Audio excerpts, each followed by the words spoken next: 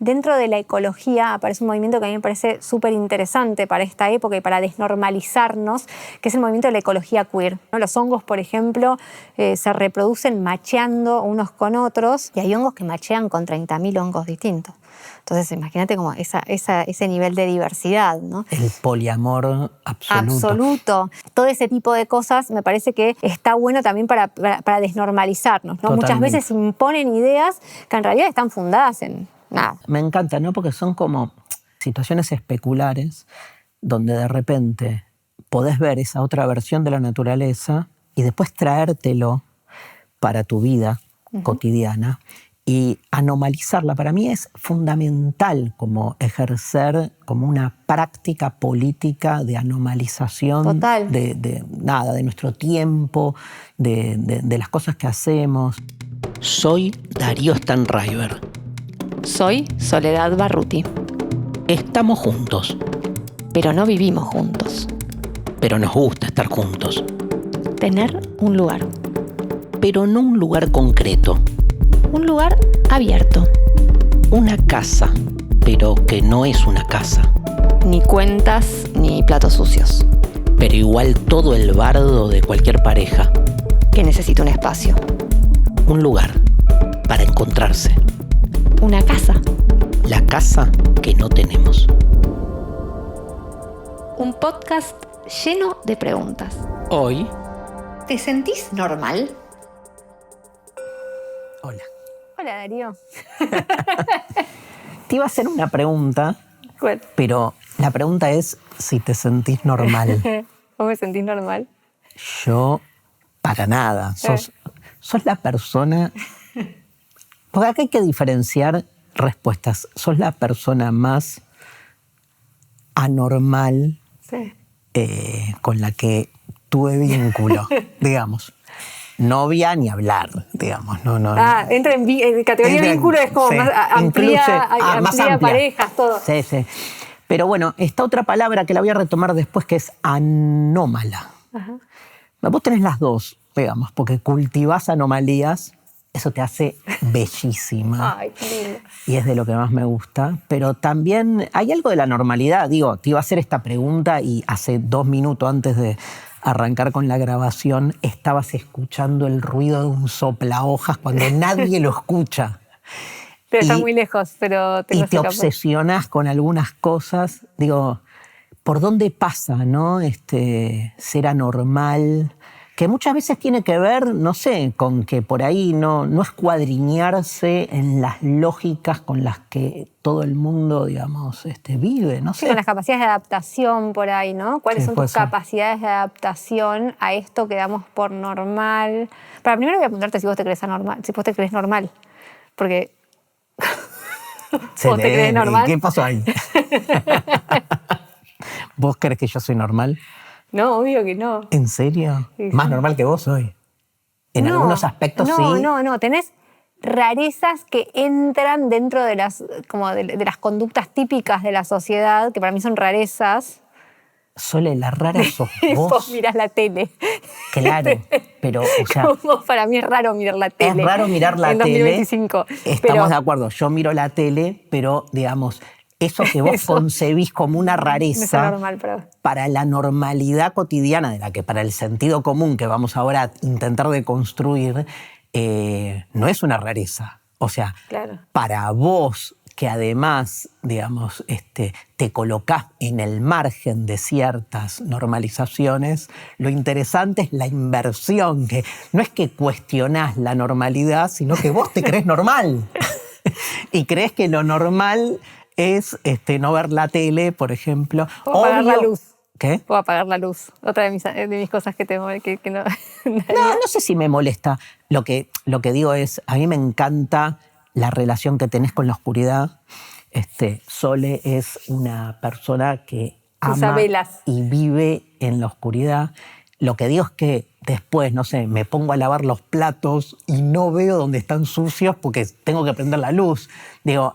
Hay un límite. No, hay que como un poco enmarcar para la gente que no conoce qué es lo que cada uno llama por anormalidad, cuáles son las actitudes del diario, del cotidiano, que podrían ser catalogadas como raras. Yo creo que desde chiquita, desde siempre, ¿no? Nunca no me pasó. Tuve una hipersensorialidad. Hoy capaz que entra en cuadros diagnósticos y cosas. En su momento fue tipo simplemente soy así, qué sé yo. Me molesta, pero me molesta a un punto como que me anula cualquier otra posibilidad. Las luces blancas, los ruidos fuertes, el olor. Por ejemplo, no soporto los perfumes, no soporto tipo, no sé, esa cosa de eso, los estímulos sensoriales fuertes sí. me anulan y me dejan en un estado de estrés muy grande. Sí. Entonces tengo una señal, tengo una alerta muy despierta a todos esos estímulos, tipo escucho mucho, al mismo tiempo puedo manejar con la música al palo, pero eso para anularme los otros estímulos que estoy teniendo a mi alrededor. Entonces como que hay cosas que parecían contradictorias, pero tengo eso. Esa hipersensibilidad o hipersensorialidad, o para mí es normal, tipo, es algo claro, normal, pero... porque digo, a mí me molesta, pero me imagino que, no sé, al bichito que está alrededor también le molesta la luz. O sea, claro. hay algo de estos, por eso hablaba al principio de la capacidad de adaptación que tenemos a algo que de movida y de por sí es una irrupción agresiva sobre las expectativas sensoriales que podemos tener. Está clarísimo. Yo ahí, y quiero adentrarme también a otros ejemplos de cómo nos sentimos. Está claro que vos y yo, como para cierto patrón común, sí. Por ahí nada, o sea, no somos muy normales, no solo por ciertas conductas cotidianas, sino también por las cosas que hacemos, a qué nos dedicamos. Me parece que el corte es otro, ¿no? El corte de cierta media, ¿no? De lo que es, no sé, una profesión normal, digo, hacer filosofía, el periodismo, pero el tipo de periodismo que haces vos, digo, sí, más las búsquedas, me parece, justamente las búsquedas de... Son más en el margen, sí. que tampoco es que buscamos los márgenes. Buscamos los márgenes, y lo normal justamente lo que se concentra no es en los márgenes, en la frontera, sino en lo que está dentro. Claro. Igual no, pero te quería decir algo antes para que no se nos escape de lo que... Y lo dejo abierto para toda la charla. Me parece que, digamos, hay patrones de normalidad hegemónicos y a mí, históricamente me interesa cuestionarlos, desarmarlos. Nunca lo hago desde un lugar que yo sienta que es más normal. Claro. Para mí el problema es la normalidad. No hay normalidades más normales que otras. Sí, sí. Yo siento que a veces vos te colocas en lugares donde decís, bueno, no es la normalidad instituida, pero hay cosas que tienen que ser de un modo. Y entonces te peleas, por ejemplo... bueno, pero esas son discusiones que tenemos, por ejemplo... Esto que dijiste de la hipersensorialidad. Pero, por ejemplo, vamos a ir como... No, porque saquemos la palabra normalidad. Sí, pero vamos a hablamos de normalidad, así que para mí la normalización de ciertas cosas deviene en adaptaciones muy dolorosas. Eso sí. Y esas adaptaciones dolorosas, donde el que siente que no las puede asumir, termina siendo de alguna manera excluido, porque no te adentras dentro de esos parámetros normales. O sea, es lo que a mí siempre me pasó. Ahora, hoy en día, me puedo reír de ciertas cosas, pero durante toda mi infancia fue algo muy difícil de entender. No sé, por ejemplo, normal es escribir derecho. Yo cuando era chiquita escribía al revés. No una palabra, todas las palabras las escribía al revés. ¿Al revés cómo? Al revés. Por ejemplo, a mí en mi familia me decían Soli, pero me decían Hilos, porque yo escribía mi nombre Hilos. Todas las palabras me costaba mucho, y al día de hoy los números, no te puedo entender un número, estoy mucho tiempo, pero eso que hoy en día me causa mucha gracia. Cuando era chica, tenía que estar en la escuela y me miraban, me moría por adentro, porque te sentís muy expuesto en tu mundo que espera que funcione de una manera y no te está saliendo. Entonces eso, o sea, hoy entendiéndolo... Te exponían, te decían, sí, Sole, aunque no me lo expusieran, la mirada del otro igual me resultaba algo que a mí me hacía sentir muy acomplejada, muy atormentada. Yo creo que la palabra como es eso, es muy atormentada. ¿Por qué? No sé, o ¿por qué te está afectando tanto esto? Y de repente esa afectación, que hoy en día es irritación y puedo llegar a putear a alguien si me está poniendo una música fuerte o está sacando hojas con un soplahojas, ponele, y me puedo llegar a pelear. antes, en algún momento, me anulaba. Claro. Me anulaba significa como que me quedaba así medio paralizada, ¿viste? Como la liebre encandilada en la ruta. Esa es mi imagen de pequeña, digamos. Entonces, espera, para pensar eso desde lo doloroso, digamos. Pero también, como digo esto, la búsqueda de esa adaptación hace que también muchas personas tomen como por normal cosas que no lo son, y que si las pones a pensar, te dejan en un lugar que, ahí sí, yo sacaría la palabra normal, que es lo que vos dijiste antes, porque me parece importante como señalar lo que es. Hay un estado de existencia que es el no ruido perturbador. Viene alguien con un soplahojas, esa persona está irrumpiendo, entonces esa persona está acometiendo un acto de irrupción que no es que vos sos muy sensible, hay un acto, porque lo hablamos siempre, ¿viste? Yo digo, tipo, ¿de quién es? Cuando hay, no sé, derechos preestablecidos o ya como un acuerdo social colectivo, hay alguien que pone que establece no sé, un juego determinado. Está claro, ahora, cuando eso no claro. está, ¿de quién es?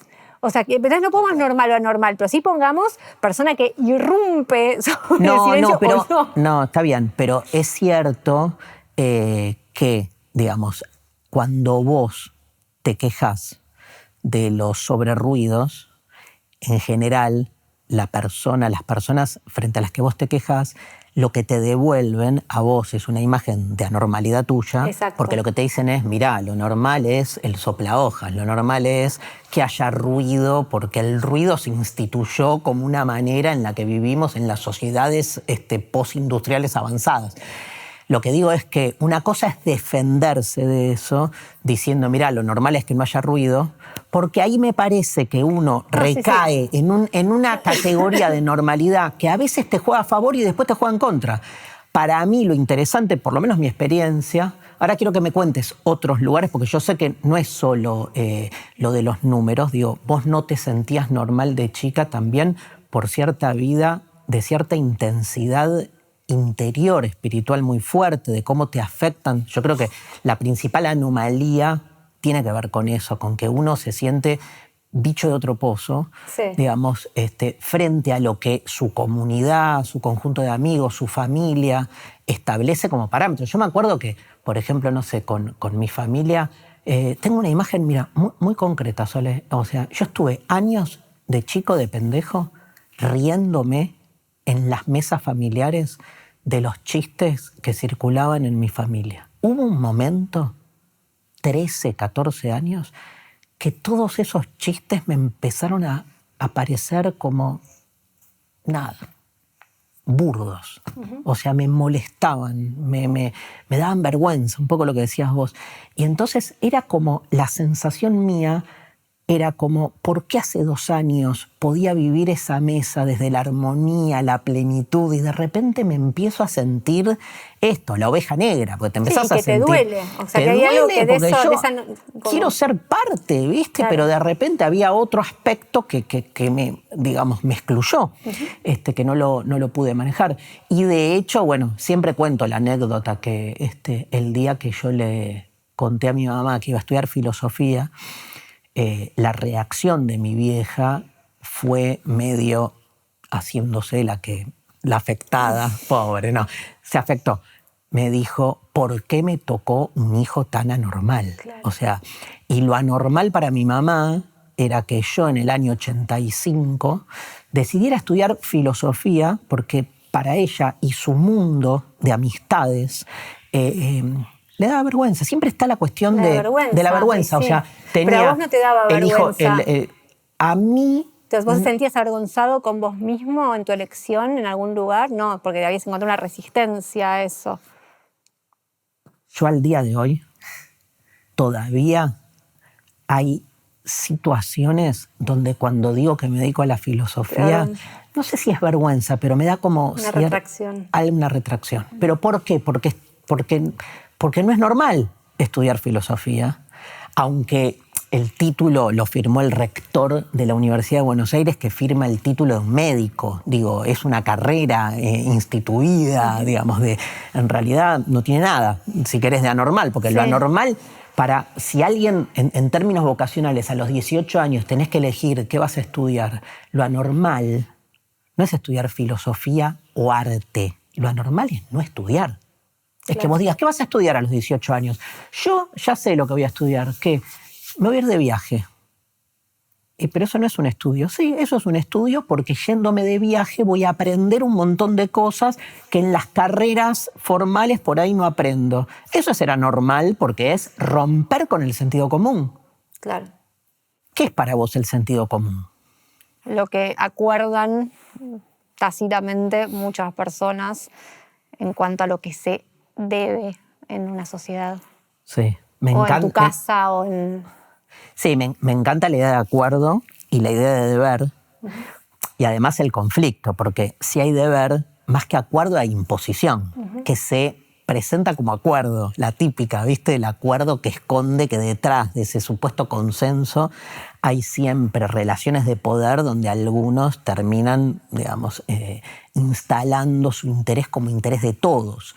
El sentido común es muy fuerte y tiene mucho que ver con la cuestión de la normalidad, porque termina como introyectándose en la subjetividad de cada uno como una manera de pensar, como decís vos, Sole, que uno debe seguir y que si uno se escapa o está en el margen, siente esa vergüenza que es casi como una especie de, digamos, de conciencia de que uno está en el borde y de que su anomalía lo coloca en un lugar casi enfermo. A mí me gusta como subrayar, porque es una de las afinidades más fuertes que se instituyó entre lo anormal y la enfermedad. Sentido común igual es un sentido común epocal, porque es la forma en que se piensa en una época, ¿no? Heidegger lo definía así: el impersonal sé. Pensamos lo que se piensa, sentimos lo que se siente, deseamos lo que se desea, estudiamos lo que se estudia, digamos. De nuevo, cuando le dije a mi vieja voy a estudiar filosofía, mi mamá dice, ¿por qué me tocó un hijo anormal? Básicamente porque no es lo que se estudia, aunque increíblemente, repito hasta el hartazgo, es una carrera oficial y es previa la filosofía a muchas de las carreras que para el sentido común son carreras normales. Pero el sentido común es mucho más fuerte que eso, porque de algún modo constriñe, ¿no? Es como que te impone el modo en que vos terminás después pensando, ¿no? Claro. Eso me parece que es lo más letal y obviamente es un pensamiento excluyente y jerárquico. El que piensa por fuera del sentido común, en tanto border, ocupa todos los lugares del que está fuera. O estás enferma, o estás en falta, o sos medio delincuente también, porque el límite con lo delictivo es medio impreciso también ahí, ¿no? Sí. Digo, el sentido común está amparado, como si te dijera, no solo desde el pensamiento, que es lo más importante, o desde las sensaciones, sino también está jurídicamente instituido. Entonces, nada, impone los criterios con los que una época se define a sí misma. Sí, y es eso que yo te decía antes, vos sentías vergüenza. Por eso yo cuando era chica, era todo el tiempo le decía a mi mamá, yo quiero ser normal. Tipo, quiero ser, y ser normal era ser con mis amigas, que yo sentía que no tenían ese padecer interior que tocaba bordes, no sé, de sensaciones muy extremas, de intensidades muy desbordantes, de radar, de alerta múltiple. Yo me acuerdo que vivía, que capaz que a mis amigas les pasaba lo mismo en su casa, ¿no? Pero hacia el afuera, cuando te metes en un lugar normalizante como una escuela, por ejemplo, se disolvía, hasta que después en la adolescencia todas nos encontramos, o sea, y mis amigas más amadas son las personas como que con las que compartimos lo que sería la normalidad, digamos. Pero ¿cuál sería la normalidad frente a la normalidad de tus amigas? Como si pudiésemos hacernos un pequeño listado ahí. O sea, no, me parece que hay una idea donde no asumís el sentido común como propio, claro, pero y entonces hay una exclusión. Pero, por ejemplo, yo te puedo dar ejemplos. Es como que, no sé, mis amigos iban a bailar. Sí. Yo nunca fui a bailar. Claro. Entonces yo era el raro porque no me copaba con ir a bailar. Claro, yo creo que en ese sentido, yo no sé si tenía expresiones externas, sobre todo menos en la adolescencia y en lugares, porque sabía perfectamente cómo adaptarme, sino hacia mi interior. En mi interior explotaban un montón de fuegos y cosas con las que no sabía qué hacer, ataques de angustia y de eso, y también de hipersensación de qué es estar vivo y cómo llevarlo a lugares donde sentía que me podía morir de sentir esas cosas. Entonces no eran expresiones exteriores, por eso el llanto era en mi casa diciéndole a mi mamá, yo quiero ser normal. ¿Y no encontrabas referentes? Y de chico no, por eso digo, después de adolescente sí, claro. Y de adolescente, cuando me entras en la poesía, me acuerdo que la primera vez que leí un libro de Alejandra Pizarnik fue tipo Pasolini, era como, claro, hay personas que arden y que hacen además con ese ardor cosas increíbles, y ahí aparece, creo que por suerte, eso, ¿no? El mundo del arte y el mundo de la cultura, y después el mundo de los amigos y el mundo de todo eso que te estalla de los lugares más comunes, para decir, acá hay un refugio, y este refugio es el refugio que te abraza y que abraza igualmente todo lo que se considera normalidad, que en realidad no lo es. Cuando sos chico, lo vivís con vergüenza. Cuando sos adolescente, vivís ese momento traumático y tan intenso, donde la vergüenza se exacerba, pero en algún momento uno genera como una inversión y hace de su anormalidad una anomalización. Es como que yo me acuerdo que cuando me di cuenta que siendo raro para lo que mi familia, mi entorno consideraba lo que era correcto, que siendo raro encontraba una forma de identificación con una singularidad, me empecé a posicionar en los extremos. De repente fui el primero de mi grupo que militó políticamente. Claro. Y todos me miraban como, ¿qué es eso? Sí. O sea, ¿a dónde vas? Iba como unas casas tomadas a dar clases, ¿viste? Era como, ¿qué te pagan? No, ¿qué? Era todo como... Y la rareza de mis viejos, que siempre fueron muy despolitizados, con tener un hijo de 15 años que hacía teatro, estudiaba poesía, era medio hippie, militaba políticamente en el año 83-84, con el retorno de la democracia.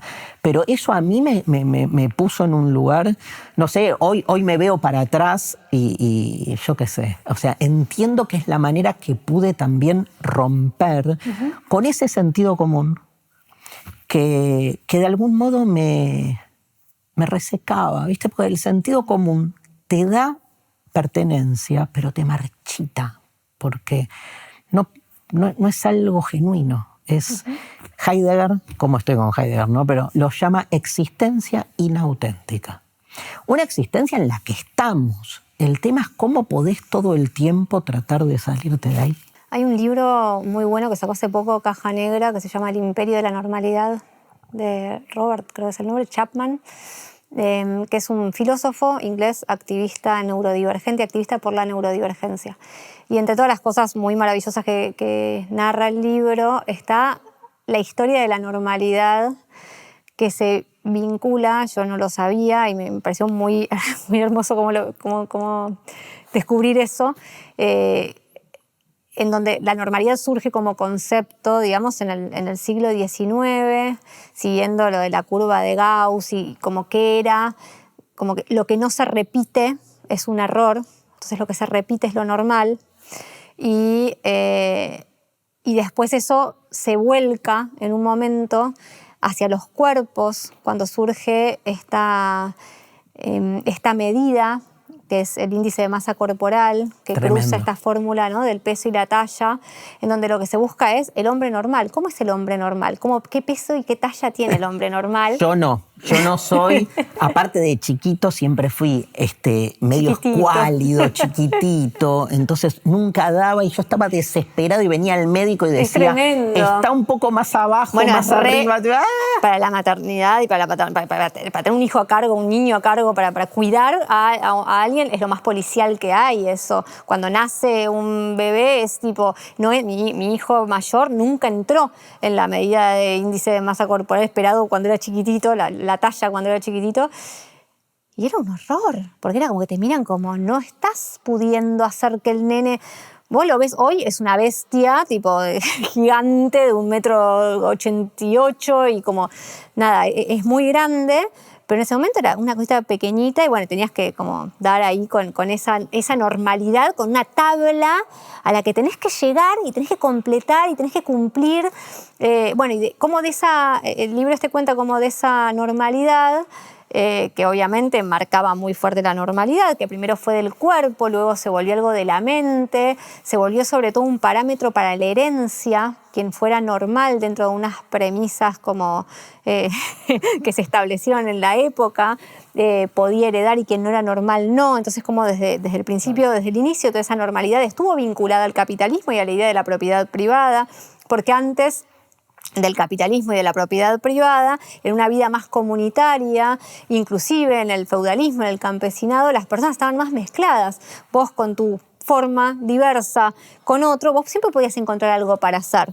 ¿Viste? Podías recoger manzanas, podías contar las manzanas, podías cargar el cajón de manzanas, podías reproducir las plantas de manzanas, todos teníamos algo para hacer, o cocinar la tarta de manzana, o comerte la manzana, pero era como, bueno, estábamos ahí en una donde todos colaboraban para ese bien común que era el cultivo de manzanas, ponele.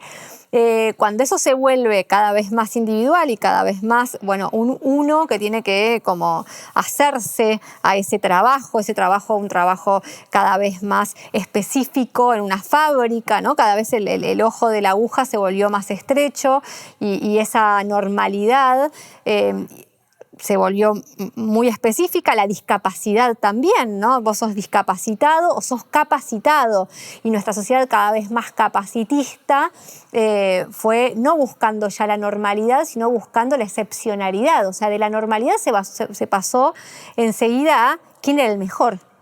Entonces, ya no se esperaba que fuese un hombre promedio, sino un hombre destacado.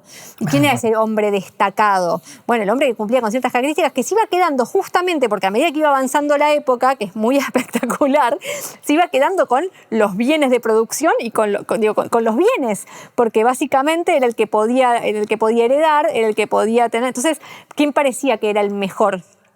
El que tenía más, claro, de esas cosas, que había ganado porque había habido antes una clasificación que dejaba a todos los demás afuera, todos hombres, básicamente todos blancos, todos católicos, todos heterosexuales, todos parte de una constitución que fue luego la que legitimó la colonialidad del poder que se imprimió en todo el mundo, ¿no? Bueno, y cómo, o sea, ante esa normalización cada vez más brutal, cada vez más violenta, cada vez más voraz y del sálvese quien pueda, las personas y las sociedades ¿no? se fueron estallando cada vez más, ¿no? Y entonces hoy en día hay una sociedad que muestra con una multiplicidad de malestares y de divergencias que esa normalidad impuesta no solamente es muy violenta, sino que además enferma un montón y genera eso, personas psíquicamente como estamos, detonadas por todos lados. Tremendo. Y ya quién es normal, ¿no? Nadie. El parámetro, ¿no? Ahí hay como, estoy pensando, ¿no? Como ese imperio de la... Así el imperio, ¿no?, de la normalidad. Ese imperio de la normalidad, obviamente, como que marida con este sentido común del que hablábamos.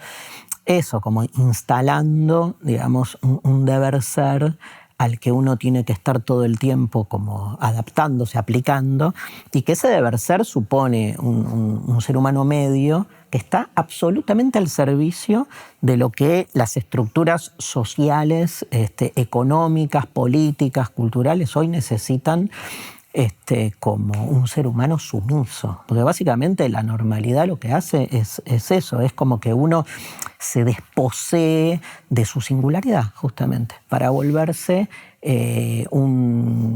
para volverse serializadamente una entidad homogénea, ¿no? Que de algún modo, ya que traes lo del capitalismo, la mercantilización de la realidad supone eso, desposeer a todo de su diferencia en pos de una especie como de mediocridad, porque en definitiva es eso, a la que todos tenemos que terminar sumiéndonos.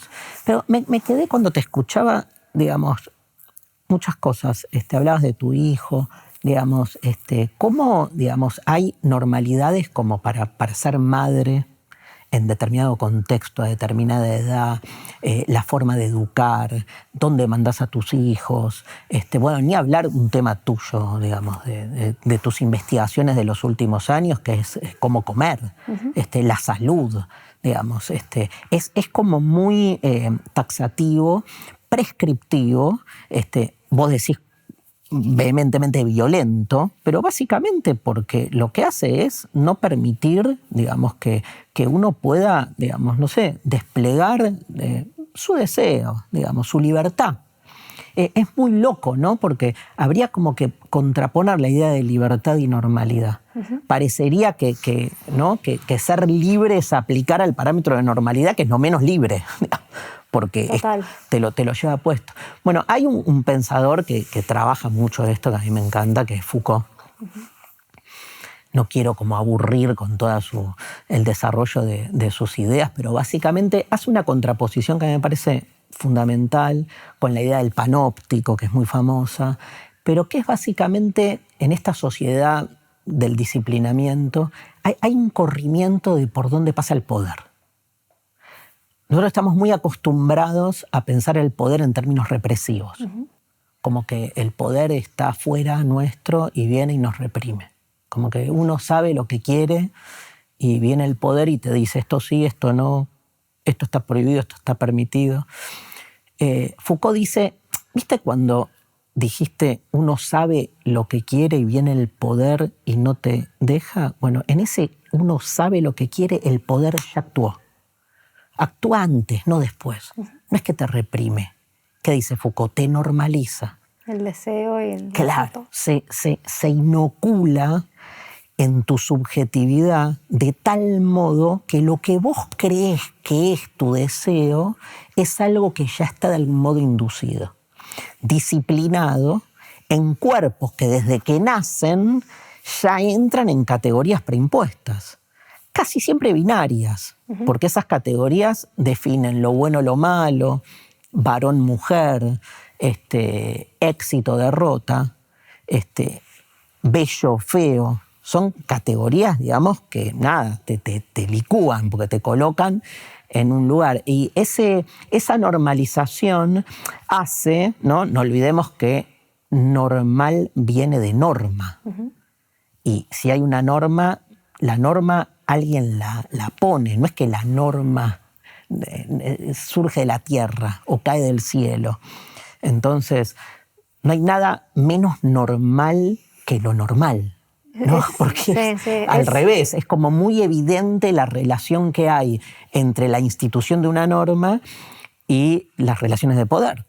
Es muy interesante esto que se dice, no viene del cielo, me sirve para introducir algo que me gustaría para esta última parte, que tiene que ver con la biologización de la normalidad, que es algo que siempre se hizo, ¿no? La biología, los estudios biológicos siempre sirvieron para establecer normalidades y para establecer las conductas naturales que debíamos seguir, y anormalidades, por supuesto. De hecho, como siguiendo este relato de la normalidad psíquica y demás, estaba la idea de, ¿cómo se llamaba? Cuando te medían la frente, no me sale el nombre, pero te medían la frente a ver si eras inteligente, y si tenías una frente que no era inteligente, podías tener una frente de delincuente también, ¿no? Las teorías lombrosianas. Sí, y todo eso venía de una idea de un desarrollo fenotípico completamente falaz, pero que nutrió congresos y gente que decía que era por ahí, y reyes que iban a medir a sus hijos a ver si cumplían con ese estándar. La biología, me parece, hay un movimiento así como dentro de la idea de la revolución de la salud mental, cuando aparece un movimiento muy contestatario, que es el de la neurodivergencia, el de decir como qué es una mente normal, qué no lo es, y qué es la diversidad. Dentro de la ecología aparece un movimiento que a mí me parece súper interesante para esta época y para desnormalizarnos, que es el movimiento de la ecología queer. La idea de, o sea, todo lo que nos vendieron como biología, los sexos, el varón, la mujer, macho, hembra, reproducción sexual, como todas esas ideas, todo ese bagaje que nosotros tenemos, estallarlo justamente desde la Tierra, donde no existe la normalidad, sino lo que hay es una diversidad increíble. La naturaleza no solamente no es heterosexual, la naturaleza no es ni siquiera en todos los términos que podríamos pensar nosotros, sexual necesariamente, tiene comportamientos también sumamente diversos, no solamente para su reproducción, sino para su vinculación, donde el erotismo sí aparece como una atracción muy potente, pero el erotismo no es necesariamente lo que se muestra luego como comportamiento sexual o de encuentro, ¿no? Los hongos, por ejemplo, se reproducen macheando unos con otros. Y hay hongos que machean con 30.000 hongos distintos. Entonces, imagínate como ese nivel de diversidad, ¿no? El poliamor absoluto. Absoluto. La naturaleza no es capitalista, la naturaleza no es acumulativa, la naturaleza es... O sea, en algún momento fue muy funcional a la economía, al sistema económico que se buscaba imponer, pensar que la naturaleza era la supervivencia del más apto y era la competencia de las especies, y eso no es real. O sea, hay una parte de la evolución que lleva a eso y hay otra parte que lleva a los encuentros simbióticos, a los encuentros de multiplicación a través de la colaboración muchísimo más, de la creación de belleza que es inexplicable. Entonces, ¿por qué un cuerpo gasta en dar flores si no le era necesario? Y ahí está, dando flores. Todo ese tipo de cosas me parece que está bueno también para desnormalizarnos, ¿no? Muchas veces imponen ideas que en realidad están fundadas en nada. Es me encanta, ¿no? Porque son como situaciones especulares donde de repente podés ver esa otra versión de la naturaleza y después traértelo para tu vida cotidiana y anomalizarla. Para mí es fundamental como ejercer como una práctica política de anomalización de nuestro tiempo, de las cosas que hacemos. Pero para eso hay que entender cómo la normalización se inmiscuye tan internamente, ¿no? La teoría del panóptico, que es esta idea de cómo el disciplinamiento se produce porque uno empieza a ejercer prácticas cotidianas pensando que todo el tiempo te están observando y te están vigilando. Te están vigilando y si no haces lo que haces, hay un castigo. Vigilar y castigar, tal cual. Y que esa vigilancia en algún momento hasta ni te enterás si te están vigilando o no, pero ya la tenés como tan instalada que vas a la escuela y en vez de, poder conectar con el saber y con el erotismo del saber, lo único que te preocupa es sacarte una buena nota, ¿no? Sí. Digamos, ni hablar con la sexualidad. Sí. Por algo Foucault, todo su discurso sobre el poder lo transcribe en un libro llamado Historia de la Sexualidad, porque es donde él más ve cómo lo que nosotros concebimos como una sexualidad natural, normal, supone ya ciertos parámetros. Por ejemplo, su genitalización, su economización, su utilitarismo. Digamos, estamos muy lejos de vivir una vida erótica en un sentido, liberado. ¿Pero liberado de qué? De esos parámetros que la llevan a lugares concretos y que poco tiene que ver con la explosión que puede permitir un erotismo general de la existencia.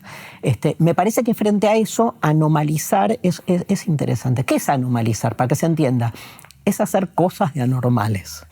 Pero, pero militarla, ¿viste? Como en nuestra relación con el tiempo, nuestra relación con ciertas prácticas, que hacen, lo doméstico, por ejemplo. Cuando uno logra como correrse de esos lugares. Hay una psiquiatra brasileña que a mí me gusta mucho, se llama Sueli Rolnik, que habla de descolonizar el inconsciente, ¿no? Como que necesitamos, la gran práctica decolonial que tenemos que hacer es sobre nuestro propio inconsciente, que es básicamente sobre la creación de nuestros deseos hoy secuestrados para la utilización capitalista y cada vez más a través de toda la parafernalia tecnológica que existe para que cada uno de tus anhelos, de tus enojos, está capitalizado, está monetizada nuestra furia, ¿no? En redes. Eso cada vez que vos pones un comentario de hate a alguien o que te enojas con alguien y lo expresás, eso está monetizado, ¿no? Y cómo se va condicionando y qué sé yo.